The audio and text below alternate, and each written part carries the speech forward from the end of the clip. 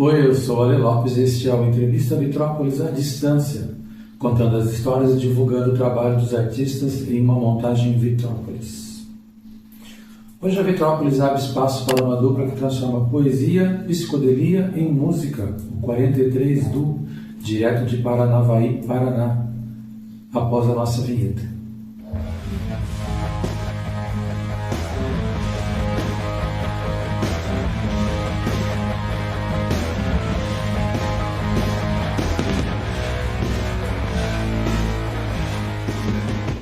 Formada por Hugo Ubaldo e Luana Santana, o projeto soa como uma banda completa explorando o rock e o indie psicodélico com muita identidade.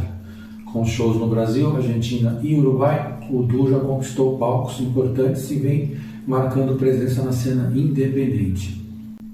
Agora eles chegam com um novo disco, Sã Verdade, um trabalho que reflete inquietações do presente em letras poéticas e profundas. Nesta entrevista vamos conhecer mais sobre a trajetória, inspirações e os caminhos que movem esse projeto tão especial. Então fique com a gente, aumente o volume, descubra o som e as histórias do 43 Du aqui na Vitrópolis. Salve galera do Vitrópolis, prazer estar aqui com vocês hoje. Eu sou o Hugo, guitarrista e vocalista do 43 Du. Eu sou Luana, baterista e tecladista. Para começar do começo, como foi que a pandemia uniu vocês para formar o 43 Du?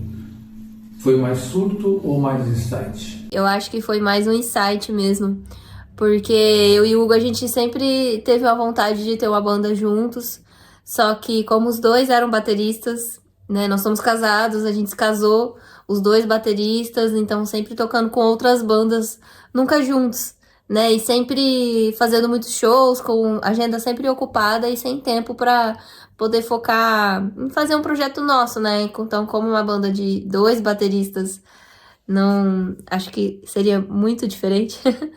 A gente precisava de um tempo para se dedicar para esse projeto. Então, a pandemia foi, na verdade, casou com o momento perfeito para a gente tirar esse sonho do papel, né? Que daí a gente teve cancelamento de shows, ficou todo mundo em casa, toda aquela história. E aí a gente iniciou com as músicas, o Hugo foi pra guitarra, a gente usava guitarra emprestada, foi tudo assim bem... Começando assim com o que tinha, já lançando as músicas, tudo no digital.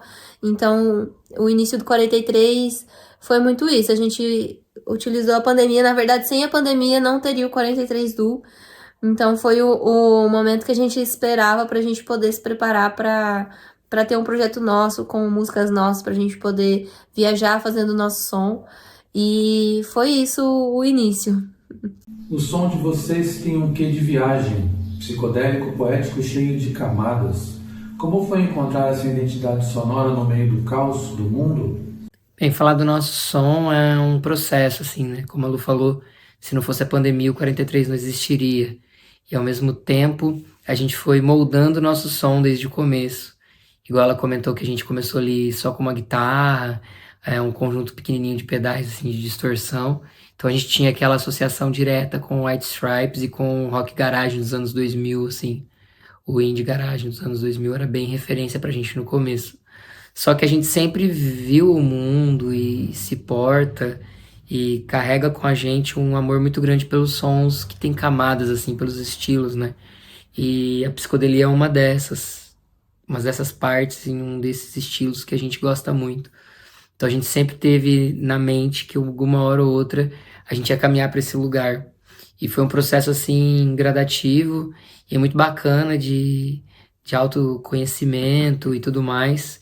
Então o modo que a gente vê o mundo, como a gente vê as relações sociais, a nossa vida, é mais ou menos como a gente joga as canções no mundo, né? Não tem como você fugir. É legal que muitas pessoas que a gente conhece falam assim, depois que eu ouço o som, nossa, tem a cara de vocês, tem o jeito de vocês. Então é bacana por isso, né? A gente tem uma potência, assim, a gente tenta imprimir uma potência rock and roll, que ainda é desse garagem, desse lugar ali do White Stripes, algumas bandas garagem dos anos 90 e 2000, essa potência mais rock, que a gente deixa esse som ao vivo um pouco mais roqueiro, porque ao vivo você não consegue colocar todas essas camadas que você consegue colocar no álbum, mas ao mesmo tempo a gente também pesa mais a mão nos efeitos, nos delays, nos reverbs, nas ondas do synth. Então, sim, a gente consegue casar o melhor desses dois mundos, né? Da poesia, do lirismo, de fazer uma letra escondida, de fazer uma letra que fala de algo, mas às vezes não é tão direto ao ponto, e ao mesmo tempo de jogar várias camadas. Então a psicodelia pra gente é meio que o plano principal e ao mesmo tempo o plano de fundo do nosso som. Então esse é o nosso lugar no mundo, né? Falar sobre a natureza, falar sobre psicodelia e tudo mais. Então acaba que a gente não consegue fugir disso do nosso som. É o jeito e o modo que a gente vê o mundo. E muito da nossa identidade sonora vem muito da nossa identidade como banda, né? Porque como somos, como é um duo de batera e guitarra, a gente, conforme foi passando o tempo, a gente foi fazendo mais shows, a gente foi entendendo qual que era a melhor forma da gente se posicionar sonoramente e adicionando elementos, né? Como é o caso dos pedais de guitarra com os efeitos e principalmente o sintetizador, que é o synth bass que eu faço junto com a bateria, tocando os dois ao mesmo tempo. Então, isso trouxe um preenchimento a mais para o nosso som, digamos assim que uma identidade um pouco mais única, um pouco mais diferente, né? E também, ao mesmo tempo, moldou no sentido de que, como é o sintetizador e a bateria sendo tocados ao mesmo tempo, a bateria é tocada com uma mão só, então é diferente de uma bateria convencional, tem alguns espaços ali, o teclado ele é feito ali também com uma mão só, né? Enfim, a gente foi encontrando assim, dentro dessa estrutura, que é o que funcionou muito legal pra gente, tanto sonoramente quanto esteticamente também, porque acaba que vira um atrativo estético pra quem tá assistindo o nosso show. E de estar visualizando ali, né, executando as duas coisas ao mesmo tempo e cantando também. Então, eu acho que isso é um dos elementos principais também para moldar a gente sonoramente falando, assim, falando do som. Porque foram elementos que a gente encontrou para dar um diferencial para nós, para dar o preenchimento do fato de uma banda ser só em dois, mas que também carregou todo o nosso som para um lado bem específico. Então, eu acho que tem muito disso também. O Sam Verdade nasceu depois de muitos testes no palco.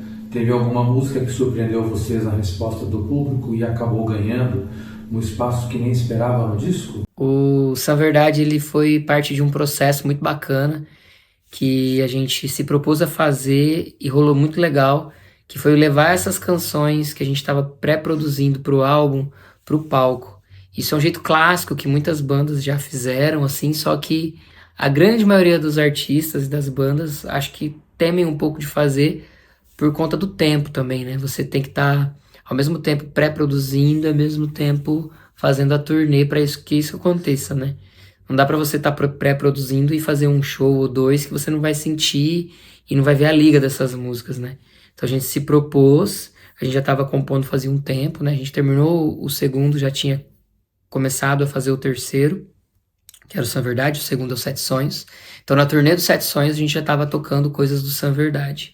A gente sempre fez isso, mas em uma certa medida menos.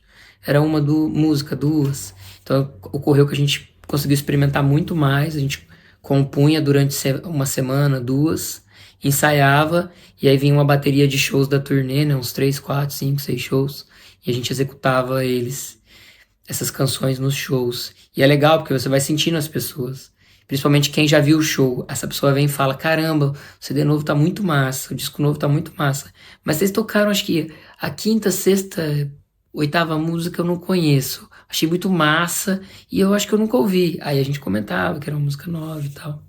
Nesse processo tem uma música que tá no Sam Verdade, que é Navio de Sonhos, que ela surgiu mais ou menos ali por setembro do ano passado, que a gente foi fazer uma homenagem para uma banda da nossa cidade. É uma versão, né? Que é uma banda que chama Grupo Gralha Azul aqui da nossa cidade, que ela é muito antiga, esse grupo. E desde o final dos anos 60, assim, eles já têm. Essa canção é de 69. E a gente foi fazer uma homenagem para eles, porque é um festival de música autoral da nossa cidade que leva o nome deles. E aí a gente fez a abertura desse festival. Aí foi proposto pra gente pelo produtor de fazer uma homenagem, surpresa e tal. E aí a gente compôs essa canção, a galera na hora já achou muito massa. E só que a gente pensou que talvez fosse algo que tivesse ligado à regionalidade, as pessoas saberem que é uma música deles, que a gente estava fazendo uma homenagem. Mas a gente comprou a ideia e continuou tocando. Falou, acho que talvez ela entre no disco, vamos ver e tal. E aí a gente continuou tocando nos lugares. E ela tem uma mensagem super massa, assim, que pra gente se encaixa muito na luta por terra, reforma agrária e tal. E as pessoas começaram a ouvir essa canção e achar muito legal. Então a gente já começou a pensar que era uma canção que teria que entrar no álbum, conforme a gente fosse produzindo ela depois de veras. E assim, a gente fez a nossa versão da música, mas basicamente a gente só repete o refrão, porque é uma frase de muito impacto, né? E a gente tornou disso como se fosse um mantra. E a música tem os efeitos da cítara, né? Como se tivesse uma cítara na música. E a frase é tanta mão de tanta gente, sem semente pra lançar. E a gente fica repetindo isso a música inteira. E é uma música que sempre no final dos shows alguém vinha falar, nossa, a música tal foi muito, muito forte, foi muito boa. Então a gente ficou muito contente, assim, porque a gente considera ela uma música muito importante, assim, tanto pelo que ela fala, quanto pelo que ela representa. Ela sendo de um grupo da nossa cidade tão antigo, que existe até hoje, né, desde o final dos anos 60, como o Hugo falou. Então foi uma questão assim que a gente deu um carinho a mais pra essa música durante o álbum, pensando nesse feedback das pessoas, né? A gente adorou o conceito por trás do nome do álbum. Em tempos de pós-verdade, como vocês chegaram nessa tal da San-Verdade? Foi numa jam ou numa conversa filosófica? Bem, o conceito do nome do álbum, San-Verdade, ele veio depois de um período que a gente estava já compondo e tal. Todas as músicas a gente coloca um nome, assim, primeiramente às vezes é um nome calção nas demos, assim, sabe? E depois a gente muda, ou às vezes não muda, vai começando, porque elas vêm de um período ali de experimentação, de um riff ou coisas assim. E o álbum, ele também tava um pouco desse modo, ele tinha várias possibilidades de nome, né? E a gente tava analisando através das músicas que a gente fosse escolhendo, que a gente ia colocar ou não, né? Tinha um bloco grande de músicas para escolher nas 7. Quando a gente já estava próximo de escolher as 7 canções, a gente começou a sentir um tema recorrente, assim, né? Que é defesa da natureza, um debate sobre uma nova consciência. E acho que isso não tem jeito, ele caminha muito pelo que a gente vive hoje na nossa sociedade, né? Que é a pós-verdade, esse período onde conhecimentos científicos já enraizados estão sendo questionados de uma forma, assim, às vezes muito esdrúxula, né? Sei lá, aquecimento global não existe, terra é plana, coisas desse tipo. Então a gente pensou, beleza, pós-verdade.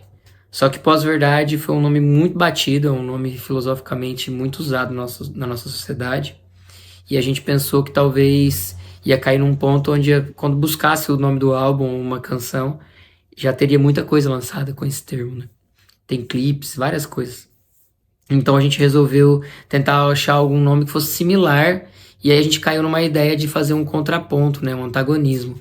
Eu não vou lembrar agora se foi numa viagem para show, assim, num fim de semana que a gente pensou na ideia, ou se foi num dia em off, assim, que não tinha show, que a gente costuma ir às vezes na beira do rio, ficar lá descansando, tirando tempo pra cabeça e em contato com a natureza, assim, que é uma coisa muito legal que a gente gosta, recarrega nisso. Foi em algum desses dois pontos, assim, que a gente pensou, tá, e se a gente usar San-Verdade? Foi ali num bate-papo, a gente pensando em nomes. Na verdade, já tinha música, né? Não, o nome não. O nome da música, San-Verdade. Não, foi tudo junto. Foi tudo junto. É que daí tinha uma música que tinha a San-Verdade, a música San-Verdade tinha outro nome, sabe? Porque a palavra nem é citada em nenhuma hora, né? Na música ou nas outras coisas. E aí a gente gosta da ideia de ter o nome do álbum ali, às vezes, carregado dentro da música, né? A gente não fez isso em todos, mas a gente acha legal essa ideia. E aí foi esse processo, assim, de tentar criar algo antagônico que fosse similar. Similar ficou muito difícil, né, pra pós-verdade. Mas a gente caminhou por esse lugar da San-Verdade, que até depois a gente conversando foi meio que um amigo nosso disse num áudio quando ouviu o álbum, falou, caraca, gente, o álbum tá soando muito vocês ao vivo. Eu lembro das músicas de vocês tocando, assim, e tal. Porque a gente já tinha tocado essas músicas ao vivo, né? E ele tinha assistido uns 2, 3 shows nossos. E ele falou, nossa, tá muito retrato de vocês ao vivo. Que nos outros não tinha sido, né? E aí ele falou, poxa, parece que é a sã verdade de vocês. E aí a gente, sabe, não tinha cogitado algo do tipo. Então foi muito legal. Foi talvez uma sincronicidade ou não, né? Que além do Sã Verdade caber dentro desse tema de pós-verdade, né? Esse contraponto, também veio a calhar com ele. Esse álbum a gente fez muita questão de gravar um disco de estúdio que soasse como a gente soa ao vivo, né? Então, digamos assim, que dos 3 álbuns que a gente tem, esse é o álbum que, assim, a gente executa ele na íntegra, da forma que ele tá gravado, a gente executa ele ao vivo. E foi algo que a gente fez questão que fosse assim. E então, é realmente assim, o puro creme do 43 Duo, é a sã verdade mesmo. O 43 Duo de verdade nesse álbum, como a gente soa ao vivo, né? De verdade eu digo assim, como a gente executa as músicas ao vivo. Então, a gente só se deu conta disso depois e que foi uma coincidência ou não, assim, muito, muito bacana. Gravaram numa casa de campo, com pós-produção indo para até os Estados Unidos. Como foi essa jornada sonora entre Paranavaí e Napa Valley? Mais roots ou mais chique? Só verdade, o processo dele ali de produção e mixagem, masterização, nós fizemos com o Felipe Scaloni, que é de Londrina, Junk Mahal Studio. E a gente já fez o segundo com ele, o primeiro ele mixou, o segundo nós produzimos e mixamos com ele. E aí agora esse terceiro teve produção do Felipe, mixagem do Felipe, junto com o Peter Queft. do Boxer Lodge, lá de São Francisco, e masterização da Alejandra, que é de São Paulo, assim, uma grande... Sugar Cane Studio. Isso, uma grande profissional. Então, a gente já tinha umas datas pré-fixadas, né? Esse nosso álbum também ele está sendo financiado, foi financiado, né? Está sendo porque a gente vai fazer os shows de lançamento na nossa cidade. Pela PNAB, perdão, que é um projeto de lei de incentivo, né? Muito importante para os artistas independentes. E a gente foi contemplado aqui na nossa cidade, que é Paranavaí, no norte do Paraná. Então, a gente produziu em Londrina, que também é uma cidade muito grande aqui do norte do estado do Paraná. Então, a gente já tinha um tempo, né, um time para fazer esse álbum bem pré-definido, porque a gente tinha a turnê que fechava o nosso segundo álbum, que era pelo Uruguai e pela Argentina, então a gente já tinha uma ocupação muito grande no final do ano. Foi todo dezembro nosso, foi viajando até a Patagônia para fazer shows. Então a gente já tinha pré-produzido, estava com tudo muito bem encaminhado, acertado com o Felipe para em janeiro, quando a gente voltasse, a gente ir para casa de campo em Londrina e recar, assim. Então a gente teve 4 dias. Foi sexta, sábado, domingo, segunda, né? 4 dias. Isso. E o Felipe, ele já foi pra Europa para estudar e trabalhar.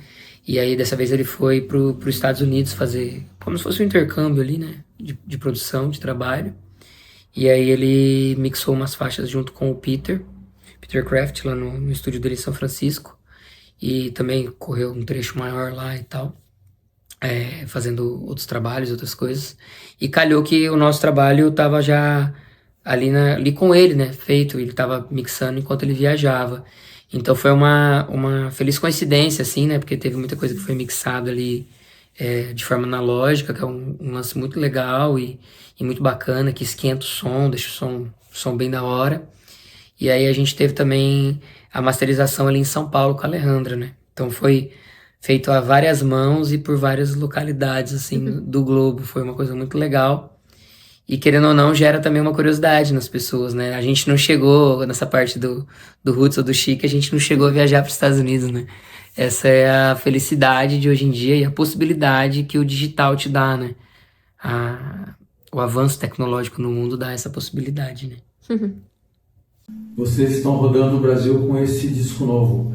Qual foi o rolê mais inusitado da turnê até agora? Vale perrengue, vale história engraçada, vale o que vocês quiserem.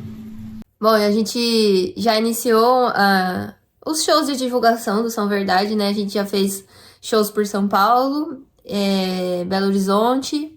E recentemente a gente acaba de voltar de uma turnê por Mato Grosso, Rondônia e a gente fez show até no Acre, né? E a gente tem mais datas ainda para ir pro Rio Grande do Sul, fazer shows aqui no Paraná. A gente vai fazer uma turnê também pelo Nordeste, onde a gente começa lá no Rio Grande do Norte e vai até a Bahia, passando por todos os estados ali. E o perrengue é sempre, assim, fazer turnê, sendo banda independente. Sempre tudo pode acontecer, né? A gente procura estar sempre muito bem preparado para tudo. A gente gosta muito de viajar e a gente gosta de viajar de carro, então todos esses shows a gente vai fazer de carro, não tem nenhum show da turnê que é de avião, porque a gente tem essa possibilidade, somos só em dois, somos um casal, então o fato da gente ter essa possibilidade de fazer as viagens com o nosso carro nos possibilita a gente estar sempre preparado, né? Leva o máximo de coisas que a gente acha que a gente tem que levar, né, questão de estrutura, de equipamento, né, mas sempre acaba que alguma surpresa às vezes acontece, como foi o caso de um show que a gente chegou pra tocar numa casa de show que normalmente aconteciam mais festas de sertanejo e tal, era um evento de rock com bandas e tudo mais, só que a casa costumava mais receber outro estilo musical, que é outro nicho, assim, outro preparo de estrutura. E chegando lá pra tocar, assim, eu e o Hugo, a gente costuma sempre montar o palco um do lado do outro, né? A batera vai pra frente, a batera vira de lado, porque eu toco sintetizador. Então tem toda essa questão estética de visual ali também, né? De estar mostrando o sintetizador e a bateria sendo tocados juntos. E a gente chegou pra tocar num lugar onde a bateria ficava dentro de um aquário. A gente fala aquário, assim, mas na verdade era a bateria fica dentro de um espaço com vidro, porque ela recebe shows de bandas que estão habituadas com aquilo, então você isola o som da bateria, microfona ela e o som da bateria é o som da microfonação, né? E, enfim, só que eu nunca tinha tocado num ambiente desse, né? Foi uma novidade pra mim, então, assim, na hora rolou um conflito mental, assim, mas logo a gente já se encaixou. Coube o sintetizador, fiquei preocupada em não caber o sintetizador dentro daquele aquário, a gente chama de aquário porque realmente parece um aquário, e deu tudo certo, assim, no final, só que a gente não teve essa possibilidade de colocar a bateria à frente e tudo, né, então acaba que o Hugo fica lá na frente, eu fico atrás, e a gente tem muito essa comunicação, né, no meio do show, com base em olhares, né. Então, a gente teve que se adaptar nesse sentido, assim, e aí foi engraçado, né? Foi uma experiência que eu nunca tinha passado antes, nem o Hugo, né? Tá tocando ali no aquário, mas deu tudo certo, o show foi bem legal. É diferente, né? Porque a gente já teve a experiência que não tá tão acostumado em um festival, com muitas bandas. Às vezes trazer a bateria pra frente, numa troca que é de espaço de 5, 6 minutos, não tem como. Então a gente já tinha tido essa experiência da Lu ficar lá no fundo, que é um palco largo, preparado pra uma banda que tem 5, 6 pessoas. E eu tenho que ficar na frente pra ocupar o espaço, né? Ficar aquela distância. Eu já acho terrível, sabe? Pra mim, principalmente. A do aquário também, aí foi mais inusitado ainda, sabe? A gente se virou, o show foi legal e tudo, mas é diferente. Os perrengues a gente já rodou, acho que, sei lá, com tudo, com essa turnê norte, com a do sudeste, acho que a gente já rodou aí uns 6.000 quilômetros, mas não teve perrengue de carro ainda. Na tour passada teve perrengue de carro, dessa vez não teve. Teve só perrengue associado a palco mesmo assim. Agora no show que a gente fez em Rio Branco, acho que o técnico de som se confundiu, aí uma parte do palco era tomada 110, outra 220, ele confundiu, ele falou pra ligar trocado. As minhas coisas eram bivolts, então não queimou nada meu, mas queimou um cubo de guitarra. Aí uns amigos nossos de Manaus, que iam tocar no festival também, que viraram amigos nossos, pessoal da Doral, aí me salvaram com uma pedaleira dessas de impulso e response, que simula cubo. Aí eu consegui fazer o show, mas a gente demorou uns 15 minutos, né, pra arrumar tudo. Foi. A gente já tava muito desesperado, já tinha gente em volta do palco, porque é festival, termina um palco, vai para outro palco. Queimou quando a gente tava prestes, a gente já tava com tudo montado. Então, assim, foi um perrengue absurdo. A gente conseguiu entregar o show, assim, foi muito legal. Mas foi engraçado, Foi porque difícil. assim, a gente toca com 2 cubos no palco, porque pro Hugo, né? Então, um cubo solta uns loops de guitarra e o outro cubo fica meio que pro solo, digamos assim. E a gente saiu de 2 cubos pra 0. E quando queimou o cubo de guitarra, que ligou na voltagem diferente, acabou que deu um estouro, assim, um pipoquinho ali de energia que bugou uma pedaleira do Hugo. Porque o Hugo tem dois sets de pedais, né? E o set pedal que tava ligado na mesma tomada do cubo parou de funcionar. E daí a gente ficou naquela função de saber, é a fonte, é o pedal, não funciona, tá? Acabou que o Hugo tirou os pedais, readecou, né? Então, tipo, ele tocou com metade dos pedais que ele costuma tocar. Só que o show foi muito massa, né? Porque eu não sei se também acaba que a gente fica naquela adrenalina de, meu Deus, o show tem que acontecer de alguma forma. E daí a gente fica meio sangue nos olhos e entrega tudo. Não sei se tem a ver com essa questão de emoção ou o que as pessoas estão esperando. Meu Deus, deu alguma coisa de errado, o show vai dar tudo errado. E dá muito certo. E foi, assim, o melhor show da turnê que a gente fez. Todo mundo falou que foi o melhor show da noite. Foi o do 43 Duo. E até o rapaz da banda Doral, que chama Alexandre, que foi quem salvou a gente com a pedaleira dele, que daí o som da guitarra saíram nos PAs, né, junto com voz e sintetizador. Ele falou assim, cara, o que você fazia com esses pedal que você tirou fora? Que você fez um monte de coisa e você usou só metade dos pedais que você usa. Imagina se você tivesse usado todos. E foi muito surpreendente, assim, a gente saiu de um perrengue, meu Deus, vai dar tudo errado, pro melhor show da turnê que a gente fez até agora. Às vezes acontece isso que ela falou mesmo, né? Você não tá nem esperando e vai lá e desenrola. E o legal daí, volta naquela tua pergunta, da gente ter tentado trazer o retrato do Sam Verdade do álbum pro palco, do palco pro álbum, foi isso também, né? Porque daí a gente conseguiu tocar as músicas, que foi praticamente o show todo, né? Foi do álbum. Então, já tava com elas na mão e com menos coisas ainda deu pra fazer. Então, foi um perrengue maneiro, desesperador, que no final foi maneiro. Para fechar com chave de Fus, o que vocês ainda querem explorar musicalmente no futuro?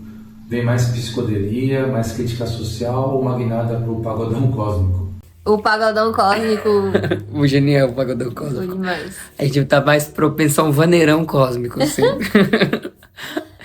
Por mais que a gente tá no norte do sul, ainda tem bastante vaneira aqui.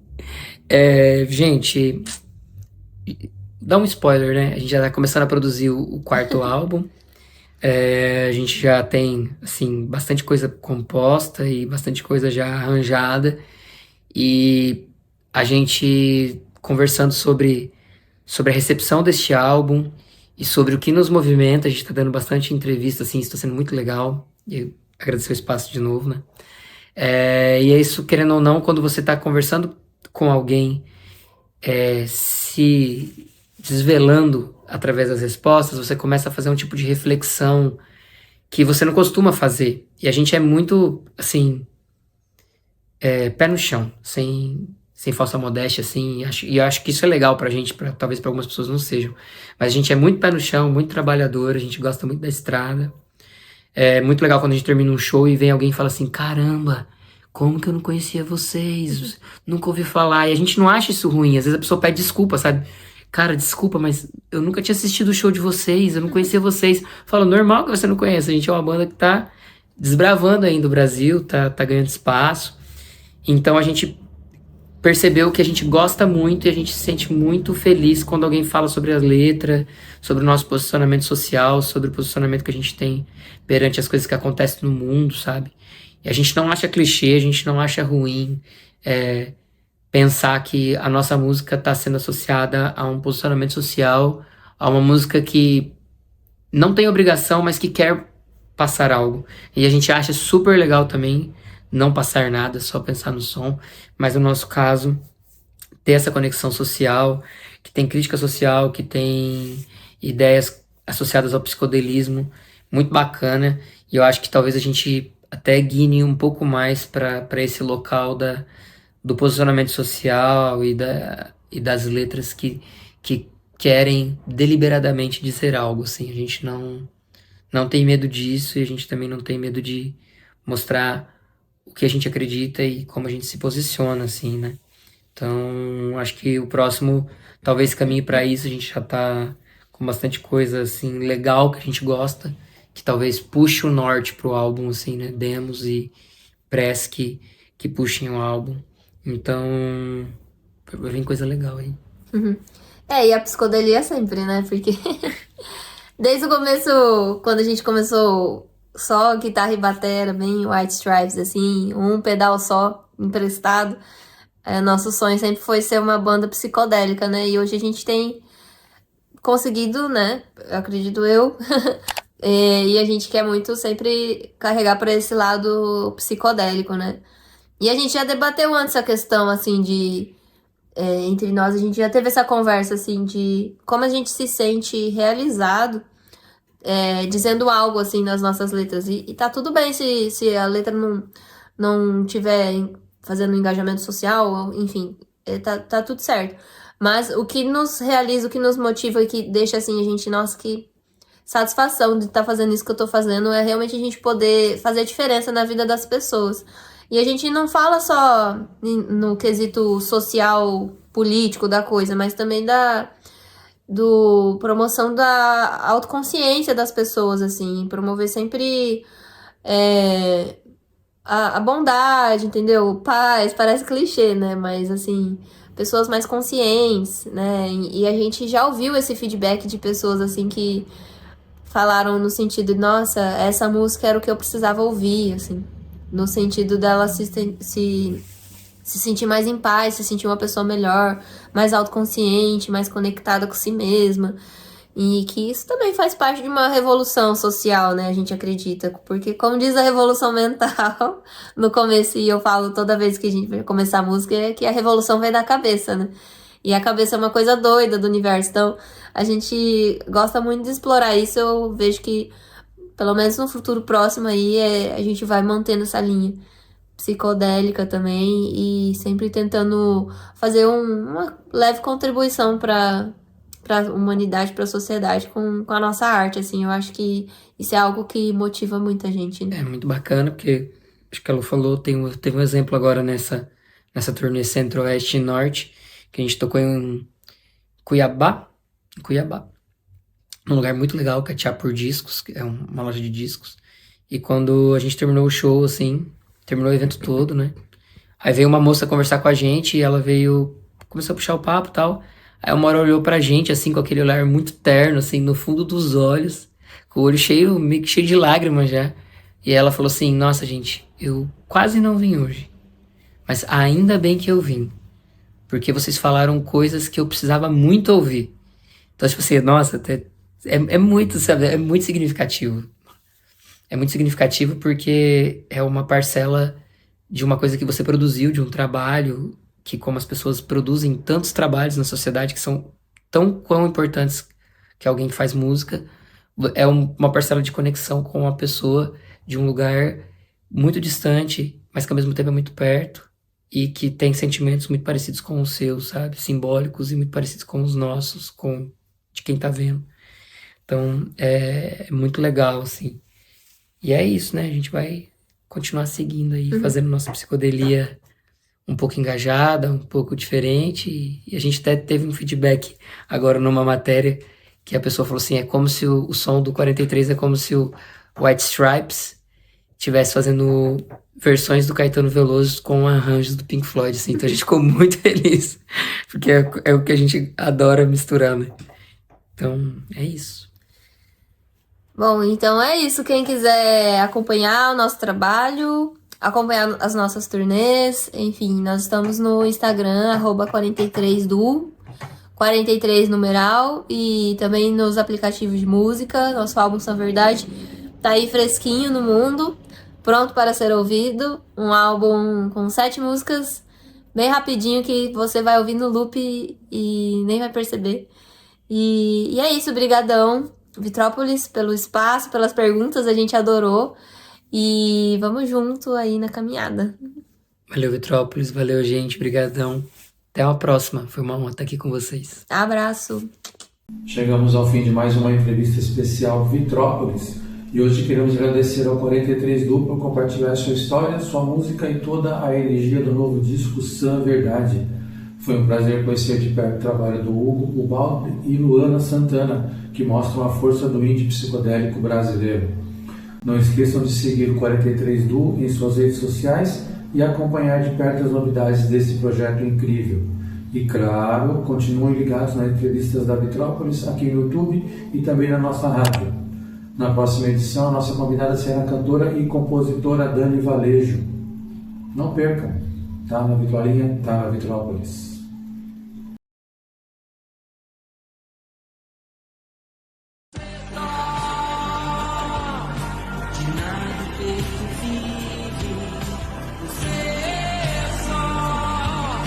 Constrói a dispersão.